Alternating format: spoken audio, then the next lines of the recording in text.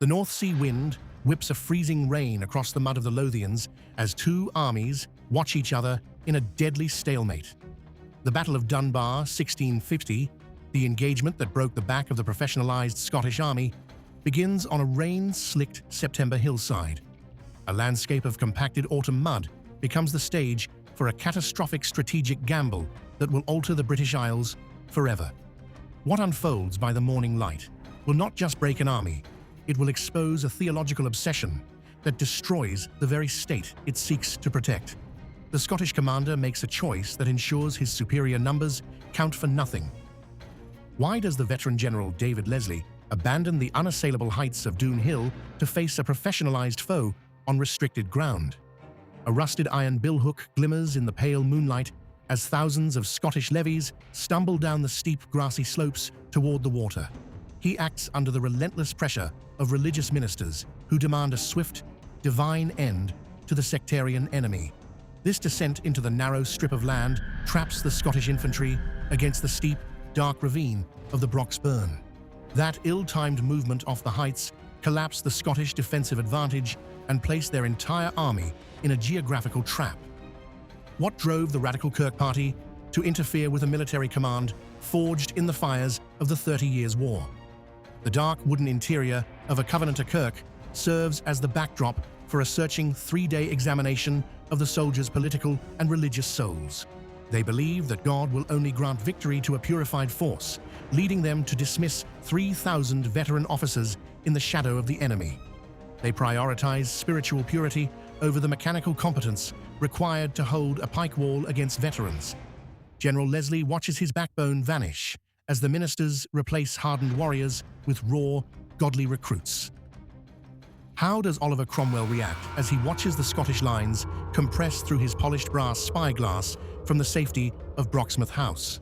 Red-coated musketeers with shouldered matchlocks stand silent in the pouring rain, waiting for an order that seems tactically impossible.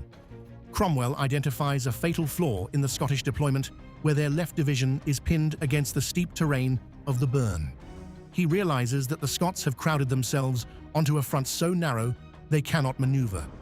The English commander orders his generals to prepare for a night of silent, aggressive repositioning.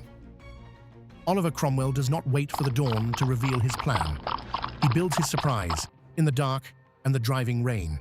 An iron-bound cavalry saddle creaks as massed troopers on great horses move with surgical precision toward the crossing points of the stream.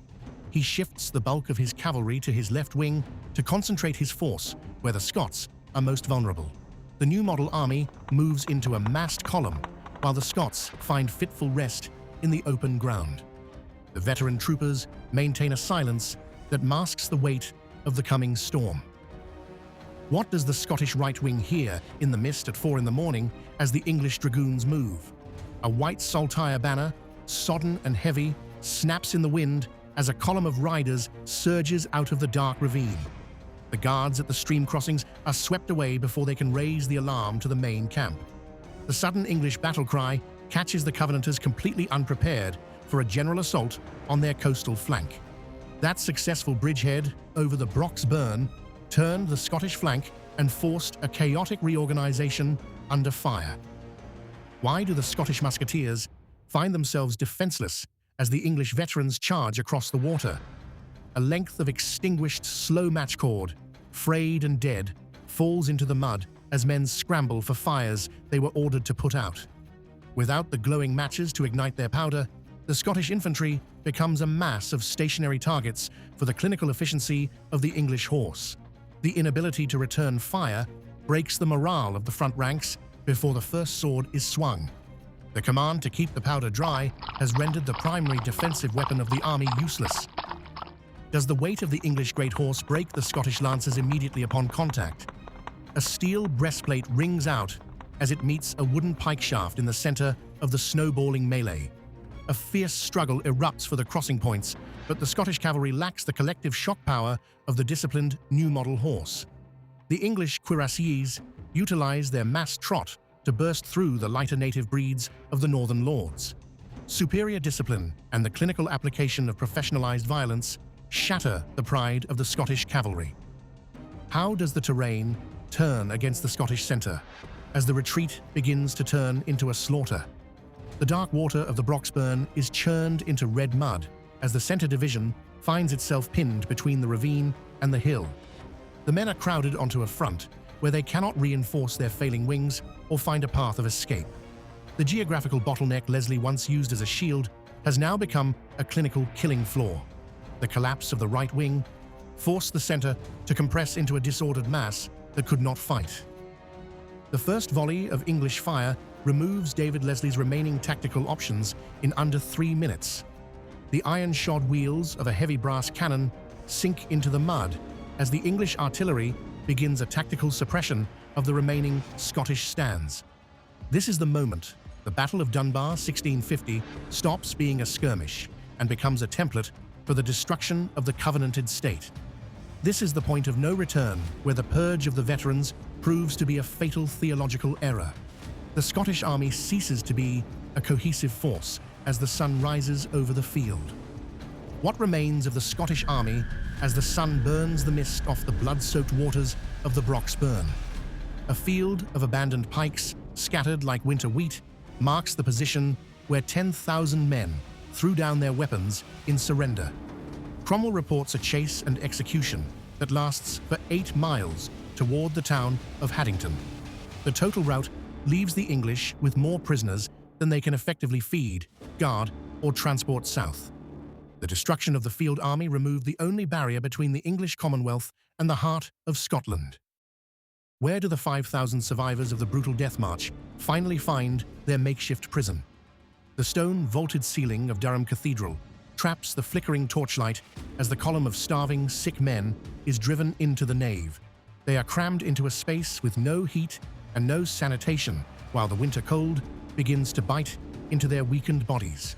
Scurvy and dysentery begin to kill the men that the English swords spared on the battlefield. Archaeological evidence reveals these men carried the soot of indoor fires in their lungs long before they ever reached the cathedral. How does the disaster at Dunbar fracture the political heart of a nation already divided by competing visions of faith? The frayed parchment of the Western Remonstrance is signed by candlelight as radical commanders renounce their support for the king. They believe the defeat was a sign of divine displeasure, with a monarch who was not fully committed to the covenant. The kingdom splits into mutually hostile factions even as the invader marches south to consolidate his gains. The internal schism between Remonstrants and Resolutioners destroyed the possibility of a unified national defense. Will the surprise attack at Huyton restore the honor of the Covenanted army and stop the English advance into the west? The stone arch of the Catzo Bridge stands over a landscape of deep snow and frozen riverbanks on a bitter December night. Colonel Gilbert Kerr leads his radical force into the town of Hamilton, catching the English garrison before they can form their ranks. The veteran English horse regroup with a speed that the inexperienced Scottish rebels cannot match.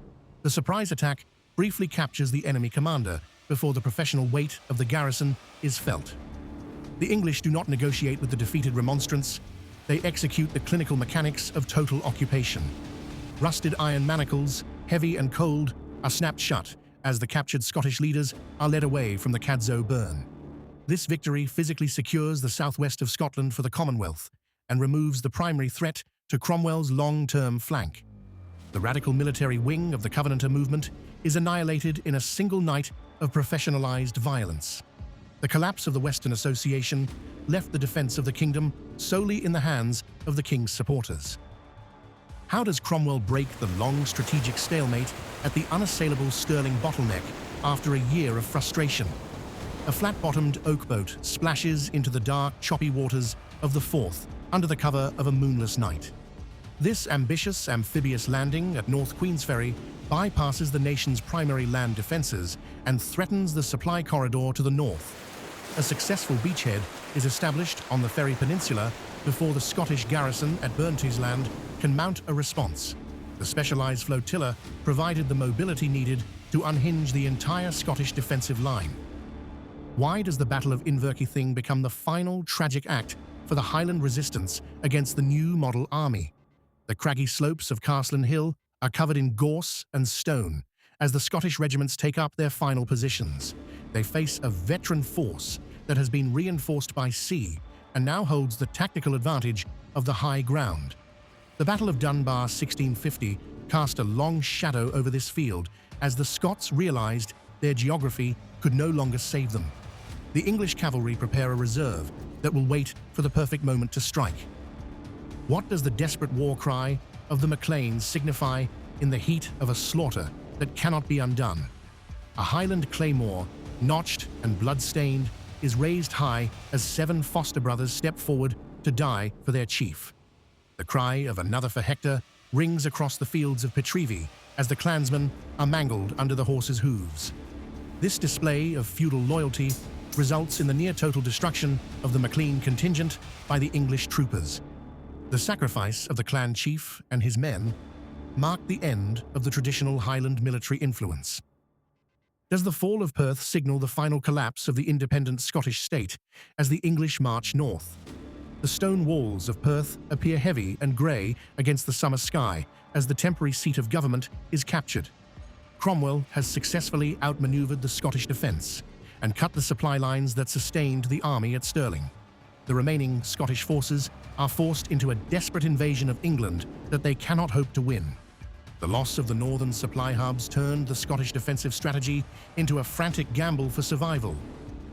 The 3 battles of the Anglo-Scottish War are the markers of a state's mechanical and spiritual failure.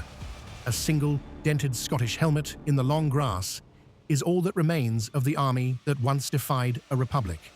General David Leslie eventually flees to the continent, living in exile for years after his tactical doctrine failed to stop the professionalized new model army. This campaign flows directly into the final stand at Worcester, where the last Scottish army is crushed before the birth of the Cromwellian Union. The independent kingdom of the Covenanters is gone, replaced by the order of a military protectorate. Which forgotten battle should we explore next? If this deep dive into the collapse of the Covenant helped you understand the birth of the Union, scan the QR code on screen to subscribe and continue the series. Thank you for watching.